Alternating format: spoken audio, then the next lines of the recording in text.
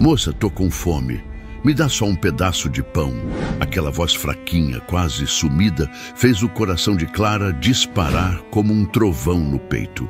Ela tinha 35 anos, rosto cansado pelo trabalho pesado, uniforme azul de faxina e luvas amarelas que denunciavam sua rotina invisível dentro do luxuoso Hotel Monte Dourado, um dos maiores do país.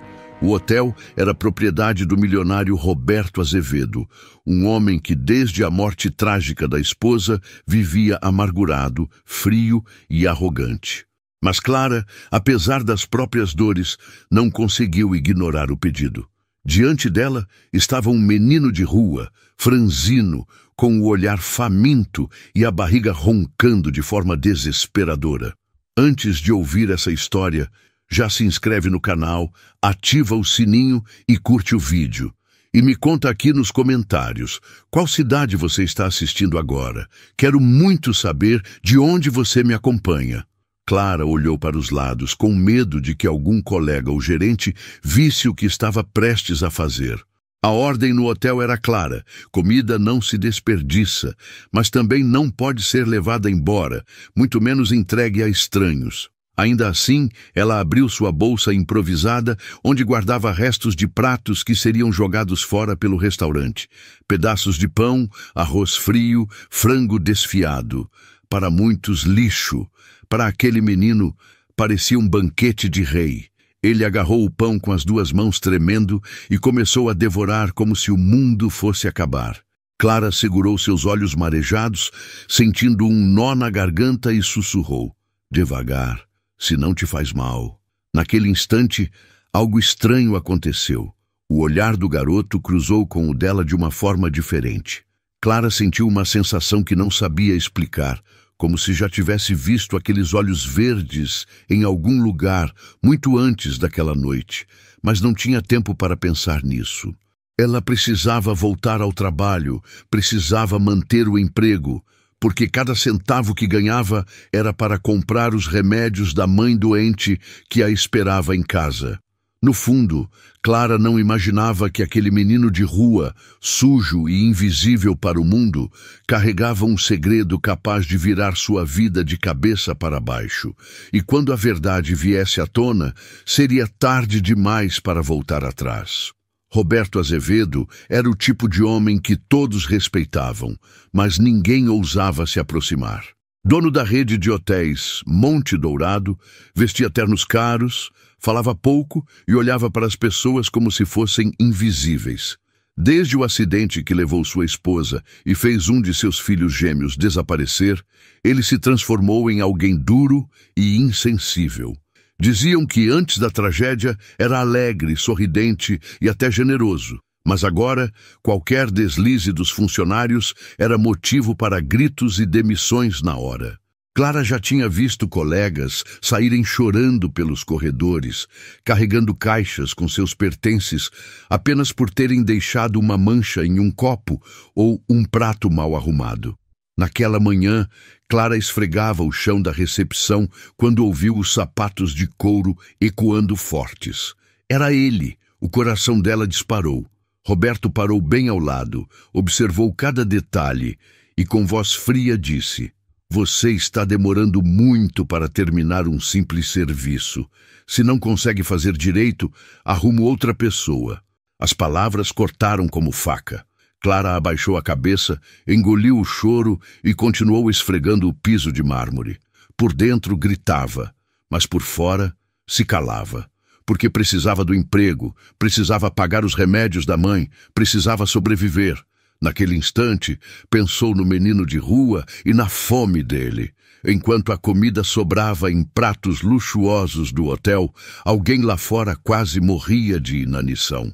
O destino, no entanto, parecia brincar com Clara.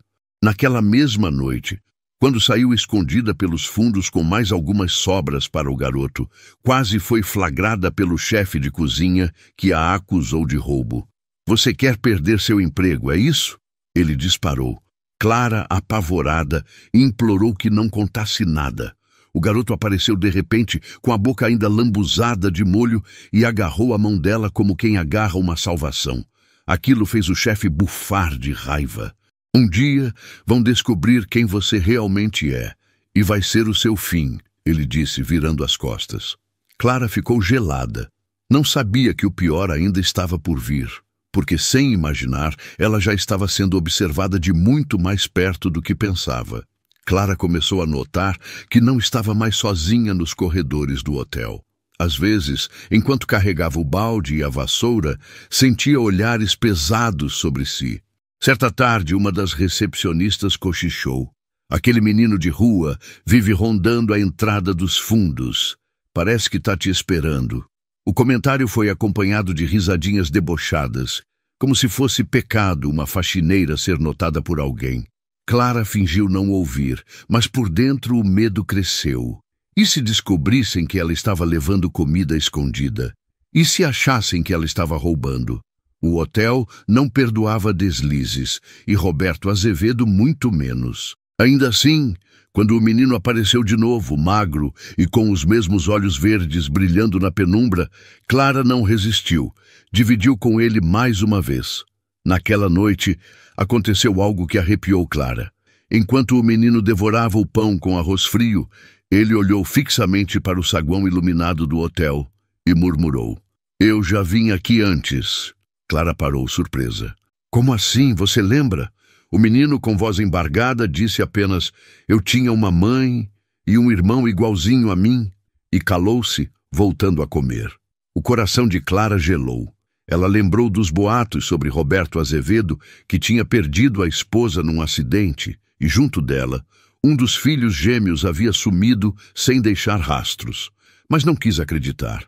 Pensou que era coincidência, fantasia de uma criança abandonada. Mesmo assim, aquelas palavras ficaram ecoando na cabeça dela, como um martelo impossível de ignorar. Os dias seguintes foram ainda piores. Um gerente maldoso, aliado fiel do milionário, passou a perseguir Clara de propósito. Dizia que havia cochichando com estranhos na porta dos fundos e começou a insinuar que ela poderia ser ladra. Alguns colegas começaram a se afastar com medo de serem envolvidos. A cada turno, Clara se sentia mais sozinha, como se o mundo inteiro conspirasse contra ela. E em meio a esse turbilhão, o menino insistia em aparecer sempre com aquele olhar faminto e, ao mesmo tempo, misterioso. Clara não sabia, mas estava prestes a ser colocada contra a parede de forma cruel. Porque o milionário arrogante finalmente iria cruzar o caminho dela e do menino, e isso mudaria tudo. A noite estava fria quando Clara saiu pelos fundos do hotel com um embrulho escondido debaixo do avental. Lá estava o menino, tremendo de fome, sentado na calçada como sempre. Mas dessa vez não estavam sozinhos. Uma voz grossa ecoou atrás dela. "O que significa isso?" Clara virou-se e ficou paralisada. Era Roberto Azevedo, com seu olhar de ferro e passos pesados. O coração dela disparou e as pernas quase cederam. O milionário encarou a cena. Uma faxineira humilde, entregando comida do hotel para um garoto de rua. O silêncio foi cortante até que ele explodiu. "Você ousa roubar do meu hotel para alimentar vagabundos?" Clara tentou explicar, mas as palavras travaram na garganta. "Não é roubo, senhor. São sobras que iam para o lixo. Ele só estava com fome", disse com a voz trêmula. O menino, encolhido, segurava o pão como se fosse seu último tesouro. Roberto riu com desprezo. "Sobras? Você acha que pode manchar o nome do meu hotel com esmolas?" Clara engoliu seco, as lágrimas prestes a cair. Mas então, algo surpreendente aconteceu. O menino se levantou e, com a voz fina, mas firme, encarou o milionário. "Eu não sou vagabundo. Eu já morei num lugar como esse." Roberto franziu o senho, confuso por um instante, mas logo voltou à sua máscara de arrogância. "Cala a boca, moleque! Vai embora antes que eu mande te tirar daqui." Clara tentou intervir, mas foi empurrada de lado com dureza. A cena deixou todos em volta paralisados. O gerente do hotel, que assistia de longe, já esfregava as mãos com prazer, pronto para usar aquilo contra Clara. Ela, em lágrimas, implorou: "Por favor, senhor, não me demita. Eu preciso desse trabalho." É só uma criança com fome. Mas Roberto com frieza disparou. Você tem sorte de não sair daqui presa hoje. Considere-se avisada. Se eu a ver outra vez alimentando esse menino, não só perco a confiança em você, como acabo com sua vida. Clara sentiu o chão sumir sob seus pés. O menino, assustado, correu para longe, deixando apenas o eco daquelas palavras estranhas sobre ter vivido ali. Mal sabia Roberto que quanto mais tentasse afastar aquele garoto, mais perto ele estaria de descobrir a verdade que mudaria sua história para sempre. Depois daquele confronto, Clara passou a ser vigiada como nunca. O gerente, com um sorriso venenoso, rondava cada canto do hotel, esperando pegá-la em qualquer deslize. Até colegas que antes lhe davam bom dia começaram a se afastar, como se ela carregasse uma doença contagiosa. Mas apesar do medo, Clara não conseguia abandonar o menino. Em uma noite chuvosa, o encontrou encolhido debaixo de uma marquise, tremendo de frio. Ao lado dele, uma pequena medalhinha prateada brilhava na água suja. Clara a pegou e ficou arrepiada. No verso havia o nome Miguel. O coração dela disparou, porque lembrava ter ouvido uma camareira contar que o filho desaparecido do milionário se chamava Miguel. Seria possível? Ou estava apenas se iludindo com uma coincidência cruel do destino? Os dias seguintes foram de pura tensão. Roberto parecia cada vez mais incomodado, como se algo naquele menino cutucasse uma ferida antiga. Ele o viu de novo, por acaso, rondando a entrada do hotel, e ficou estático por alguns segundos. Seus olhos, antes frios, brilharam com uma lembrança que tentou esconder, mas logo voltou ao tom arrogante. Se esse moleque aparecer de novo, chamo a polícia. Clara, porém, viu claramente que havia algo diferente naquele olhar. Um lampejo de reconhecimento, uma dor escondida. O menino, por sua vez, começou a perguntar coisas que deixavam Clara gelada. Por que esse homem olha para mim como se me conhecesse? Por que sinto que já ouvi a voz dele antes? Cada pergunta era uma faca cravando mais fundo no coração dela. Clara sabia que, se fosse descoberta, poderia ser expulsa e humilhada de uma vez por todas. Mas também sabia que não podia virar as costas para aquela criança. Até que, numa manhã, o menino entrou correndo no saguão do hotel, molhado da chuva, segurando firme a medalhinha em suas mãos. Todos olharam com desprezo, e o segurança tentou arrastá-lo para fora. Mas Roberto, ao ver o objeto, congelou no meio do salão. A cor sumiu de seu rosto e sua voz falhou pela primeira vez em anos. Onde você conseguiu isso? O menino respondeu trêmulo. É meu. Sempre foi meu. O silêncio tomou conta do hotel. Clara sentiu as pernas falharem.